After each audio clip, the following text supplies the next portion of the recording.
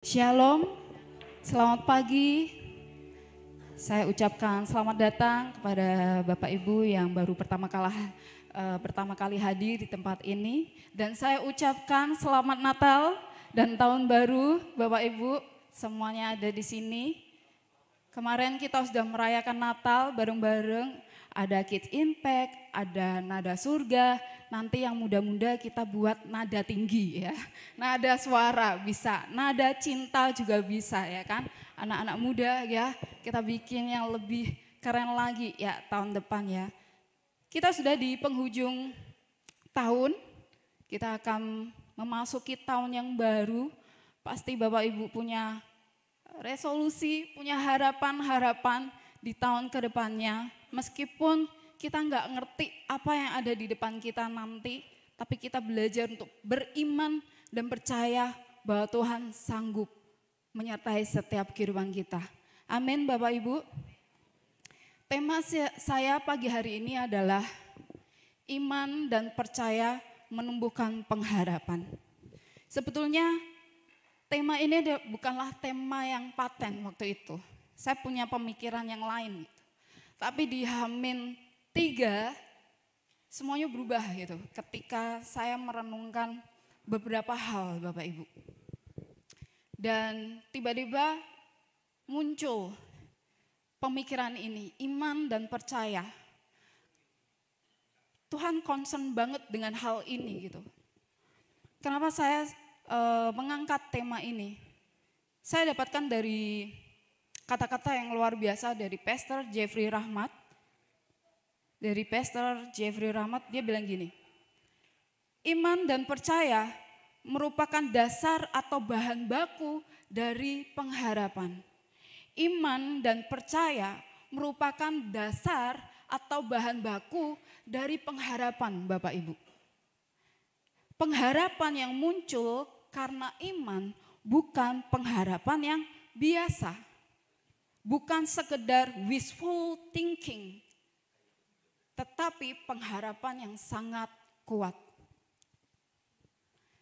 Iman dan percaya merupakan dasar atau bahan baku dari pengharapan itu sendiri. Tuhan kita adalah Allah yang sangat detail Bapak Ibu. Dia sangat detail dan sempurna dalam merancangkan segala sesuatu dalam kehidupan kita. Tuhan dengan detail dan teliti merancangkan perjalanan kehidupan kita, kehidupan seseorang sehingga bisa bersangkut paut dengan orang-orang lainnya. Dari satu peristiwa kepada peristiwa yang lain, ia merajut bukan hanya kisah hidup seseorang, tapi juga kisah kasihnya bagi umatnya, bagi manusia, bagi anak-anaknya, Bapak Ibu. Semua rancangan Allah adalah rancangan yang penuh dengan pengharapan, rancangan keselamatan bagi manusia. Itu yang pertama, iman dan kepercayaan tidak hanya menumbuhkan pengharapan, tapi juga membuahkan ketaatan. Iman dan kepercayaan tidak hanya menumbuhkan pengharapan, tapi juga membuahkan ketaatan. Saya ambil contoh dari apa yang dialami oleh Yusuf dan Maria Bapak Ibu. Masih suasana Natal pasti Bapak Ibu tahu kisahnya Yusuf dan Maria. Kita tidak bisa bayangkan, tapi yang pasti Yusuf diberi hati yang lembut oleh Tuhan. Ia tulus kepada Maria dan taat kepada perintah Tuhan. Makanya ketaatan Yusuf itu karena beriman dan percaya sama Tuhan.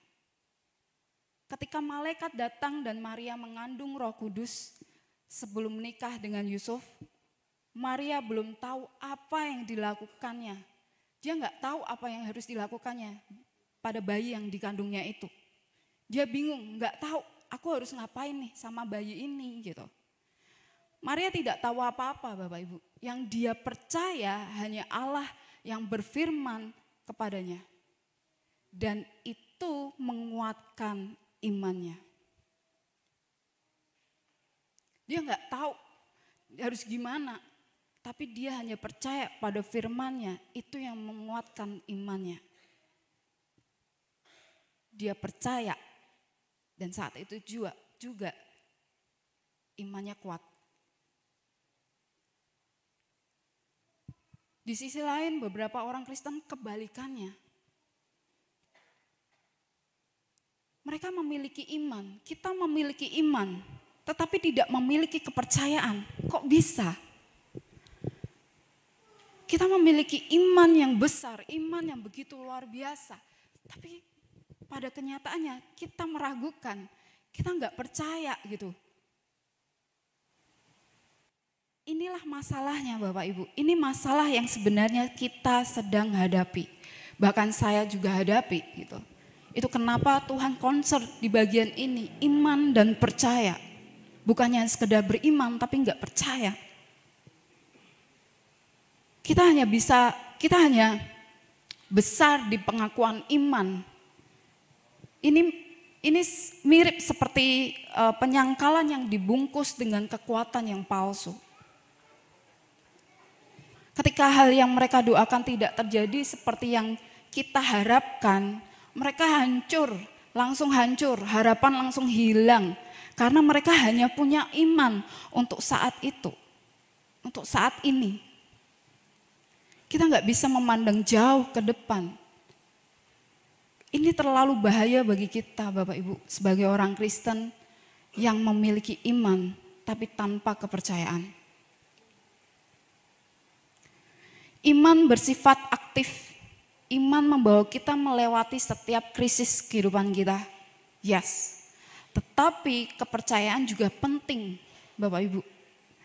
Kepercayaan itu bersifat pasif, sangat pasif, dan harus diaktifkan layaknya kekuatan yang tersembunyi. Iman itu aktif, bersifat aktif, tapi kepercayaan itu bersifat pasif dan harus diaktifkan. Ulangan 33 ayat 27a, saya ambil di bahasa Indonesia masa kini. Allah selamanya menjadi perlindunganmu, lengannya kekal menopang kamu. Lengannya kekal, lengannya yang kekal menopang kamu.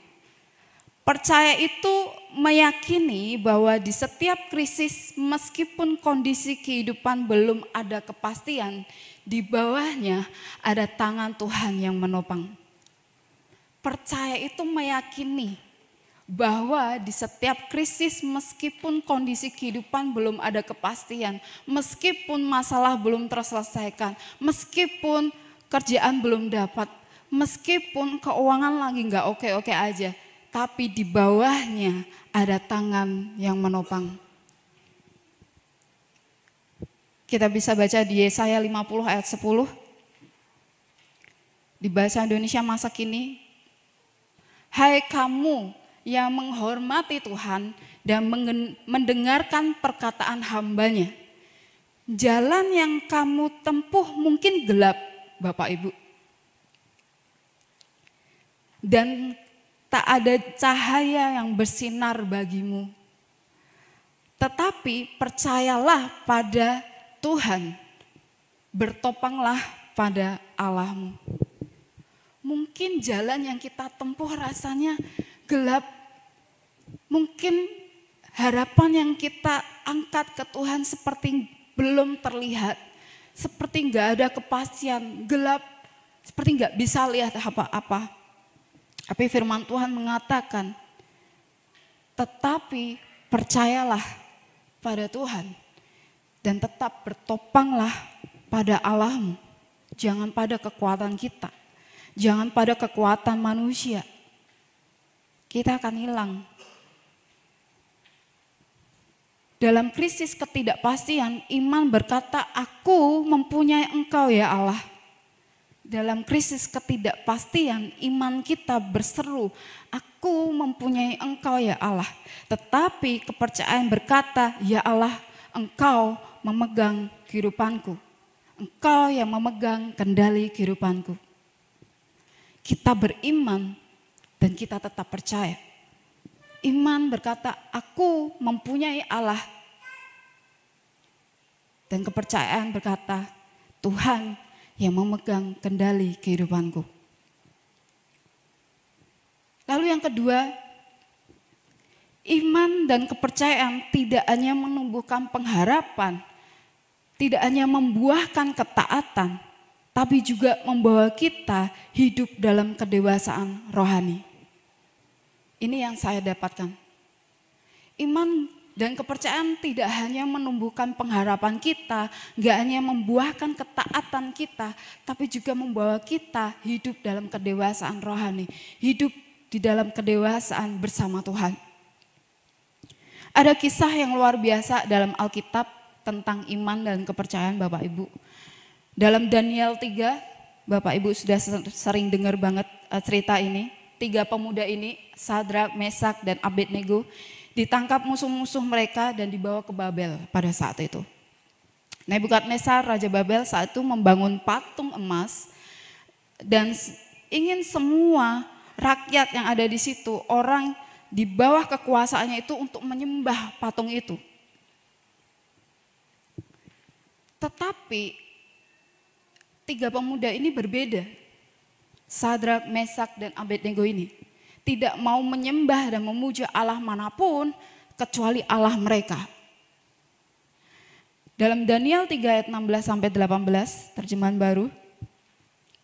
Lalu Sadrak, Mesak, dan Abednego menjawab Raja Nebukadnezar, tidak ada gunanya kami memberi jawab kepada Tuanku dalam hal ini.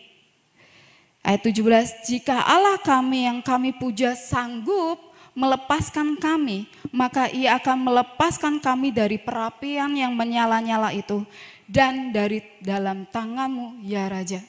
Ayat 18, tetapi seandainya tidak, perhatikan kata-kata ini, tetapi seandainya tidak, hendaklah Tuanku mengetahui ya Raja, bahwa kami tidak akan memuja dewa Tuanku dan tidak akan menyembah patung emas yang Tuanku dirikan itu.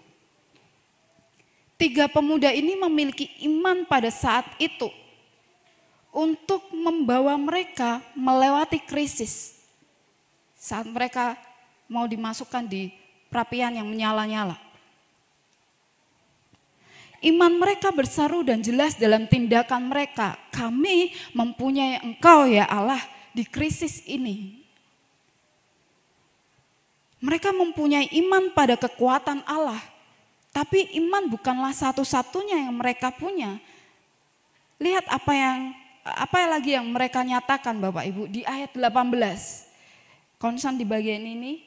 Tetapi seandainya tidak, hendaklah Tuanku mengetahui. Mereka berkata, ya Allah mampu membebaskan kami. Ya, Allah mampu membebaskan kami. Kami memiliki iman untuk itu. Iman mereka berseru, Allahku sanggup melepaskan kami dari perapian ini. Tetapi seandainya tidak, mereka berseru, kami percaya Allah punya kekuatan untuk membebaskan kami.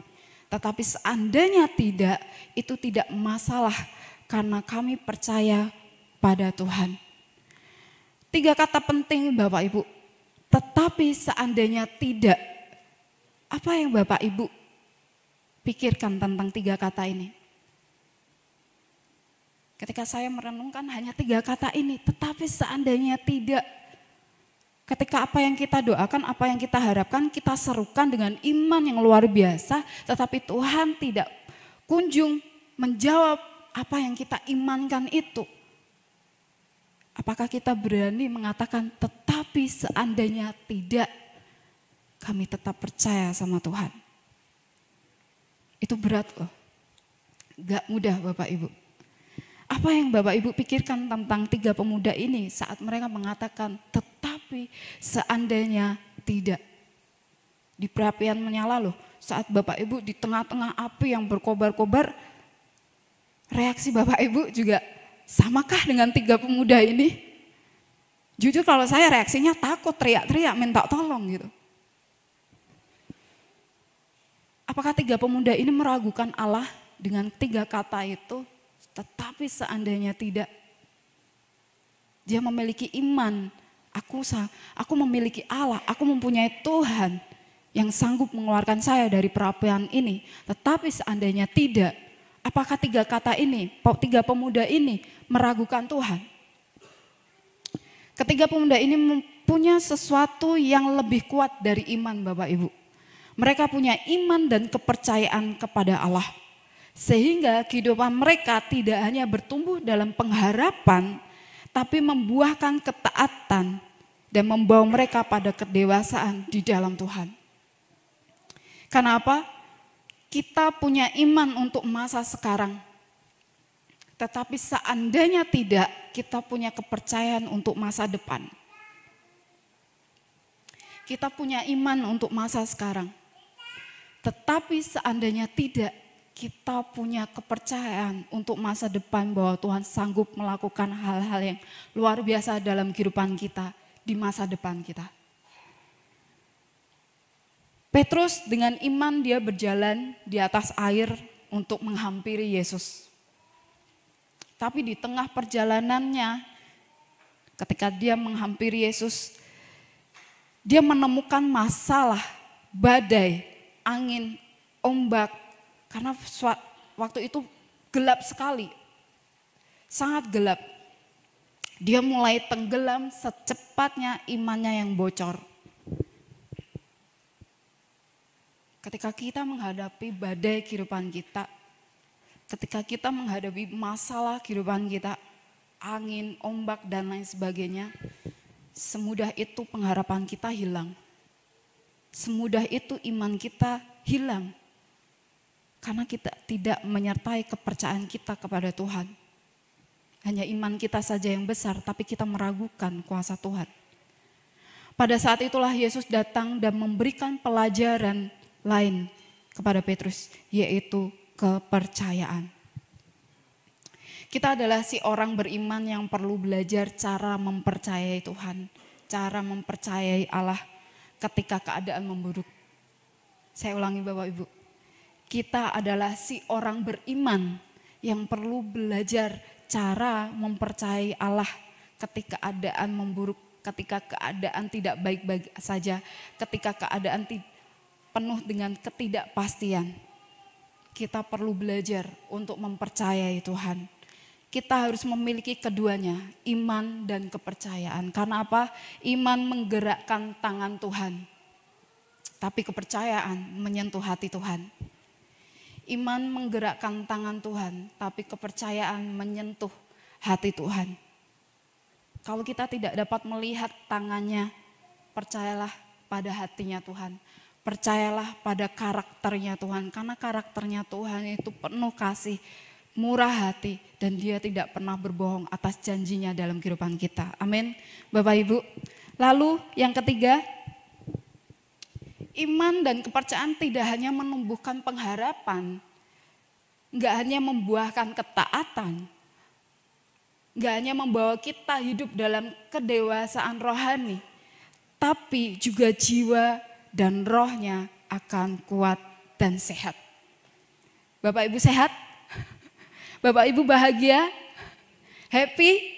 Benar hari ini happy? Iman dan kepercayaan tidak hanya menumbuhkan pengharapan, ketaatan, kedewasaan, tapi juga membawa jiwa dan roh kita akan kuat dan sehat. Saya mengalami ini gitu, ketika saya memiliki iman, tapi saya tidak memiliki kepercayaan. Saya meragukan kuasa Tuhan sehingga saya lemah. Jiwa dan roh saya lemah.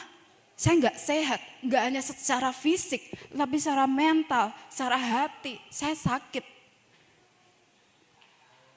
Saya memiliki iman, tapi kok saya enggak kuat dengan kondisi yang ada, karena saya enggak percaya.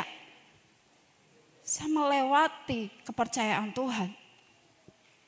Kita akan belajar pengalaman para pengintai Bapak Ibu. Saya suka sekali cerita-cerita dalam Alkitab, itu yang membuat saya suka membaca firman Tuhan. Karena itu begitu luar biasa gitu.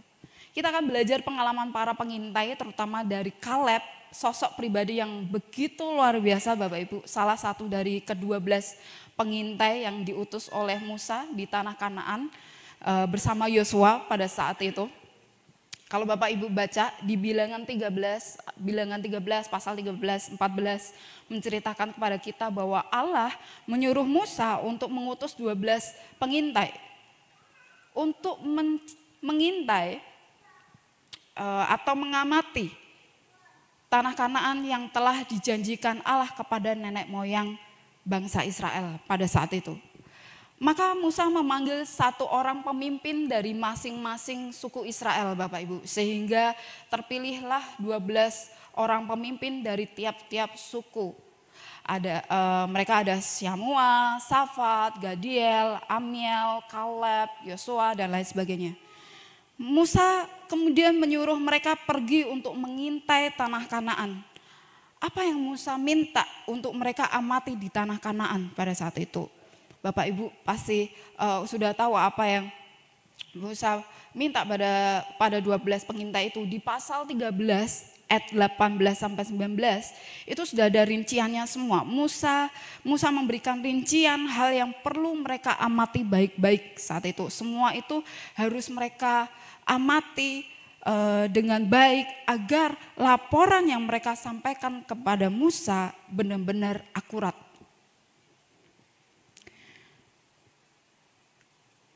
Maka mulailah ke-12 pengintai itu berjalan dan mengintai tanah Kanaan dengan seksama.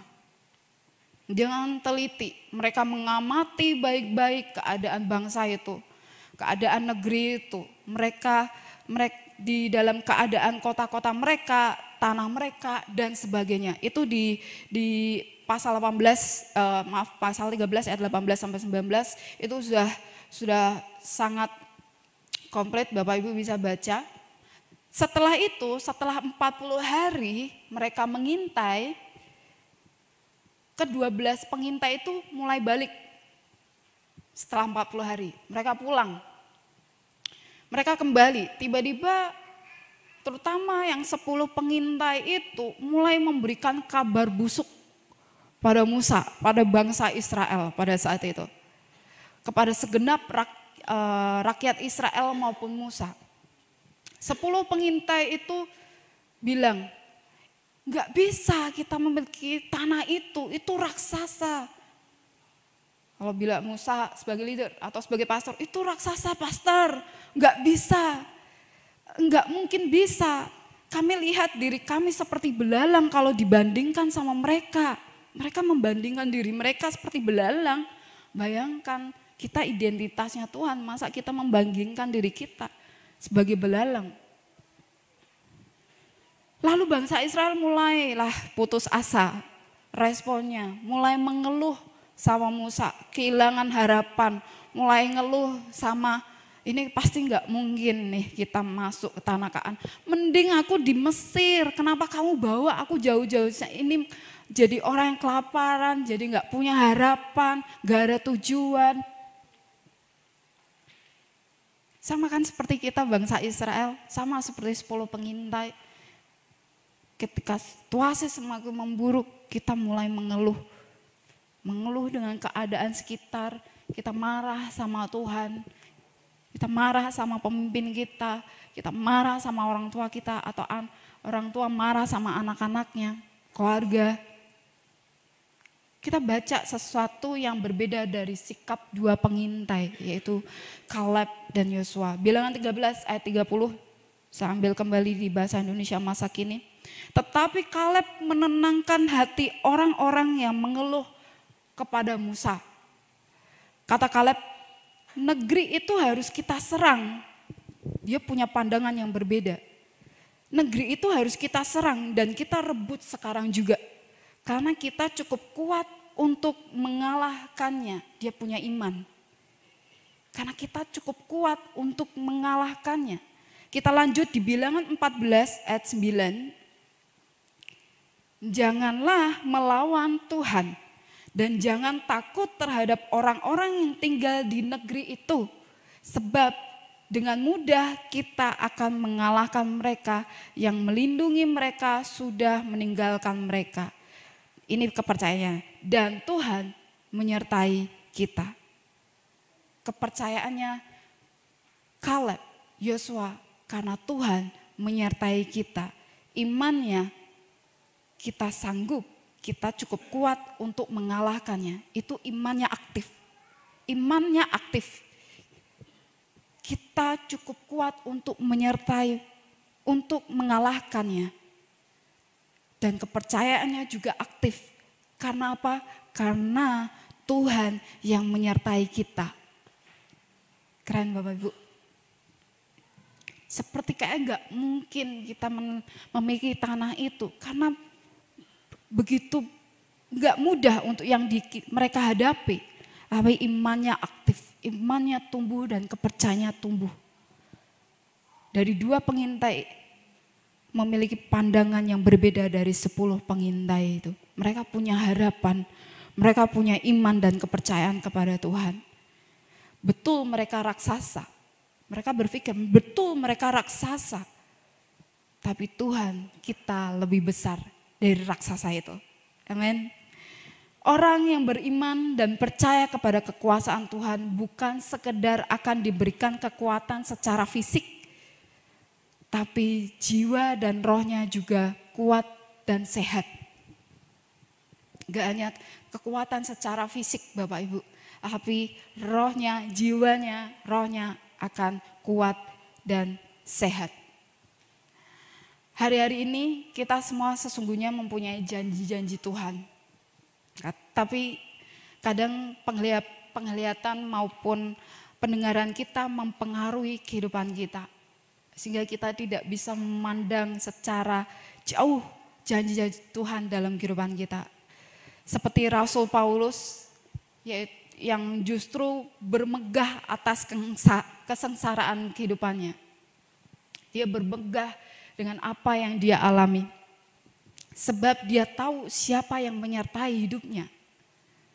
Karena dia tahu siapa yang menopang kehidupannya. Karena dia tahu siapa yang diharapkan. Milikilah perspektif Tuhan yang jauh lebih tinggi melampaui apapun yang mungkin sedang kita hadapi saat ini Bapak Ibu. Karena apa? Karena orang yang memiliki iman dan kepercayaan kepada Tuhan tidak hanya pengharapannya saja yang tumbuh, tapi jiwa dan rohnya akan kuat dan sehat. Bilangan 14 ayat 24 dibilang, tetapi hambaku Kaleb karena lain jiwa yang ada padanya dan ia mengikut aku dengan sepenuhnya akan kubawa masuk ke negeri yang telah dimasukinya itu. Dan keturunannya akan memilikinya. Wow, janjinya Tuhan. Tapi kita orang-orang beriman dan percaya Tuhan, katakan, yang Tuhan katakan ayat 24, engkau adalah orang yang lain jiwa ya Bapak Ibu. Kita bisa lihat yang kata lain jiwa, bukan kelainan jiwa ya Bapak Ibu. Lain jiwa, bukan kelainan jiwa. Lain jiwa bahasa Alkitabnya itu different spirit. Roh yang berbeda. Roh yang berbeda. Mereka memiliki roh yang berbeda. 2 pengintai ini memiliki roh yang berbeda. Maka dibilang lain jiwa. Kata roh diterjemahkan sebagai sikap. Dalam ayat ini. Sikap Kaleb membedakan dari yang lainnya. Karena ia melihat tanah itu sebagai milik umat Allah dan memiliki visi tentang Allah. Itu pandangannya. Karena apa?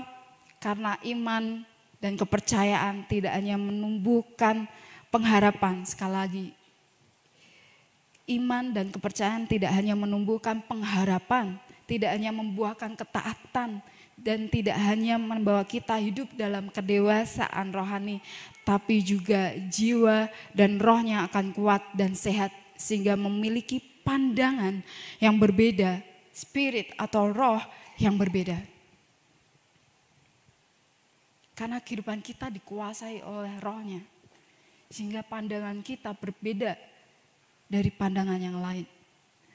Kalau Bapak Ibu baca di 2 Samuel 9 ayat 1 sampai 13, Bapak Ibu boleh baca. Ini mengisahkan Daud yang membawa keluar Mephiboset. Bapak Ibu tahu ceritanya? Saya suka sekali cerita ini. Membawa keluar Mephiboset dari Lodebar. Yang artinya apa? Lodebar adalah tempat yang sunyi. Tempat yang gersang. Tidak ada harapan, tidak ada pertolongan. Lodebar artinya tempat yang sunyi, tempat yang gersang, tidak ada harapan, tidak ada pertolongan. Lodebar adalah kota di Gilead, Israel kuno, yang menjadi tempat tinggal Mephiboset pada saat itu, yaitu putranya Yonatan. Bayangkan menjadi Mephiboset, Bapak Ibu. Dia hidup di Lodebar. Dia setiap hari menunggu pertolongan. Dia setiap hari berharap ada orang yang mengeluarkan dia dari tempat itu. Setiap hari dia berdoa. Setiap hari dia berharap untuk bisa dikeluarkan dari tempat itu. Dan ternyata ada Daud. Tapi Tuhan yang mengirimkan Daud. Tuhan yang mengirimkan Daud untuk menolong Mephiboset.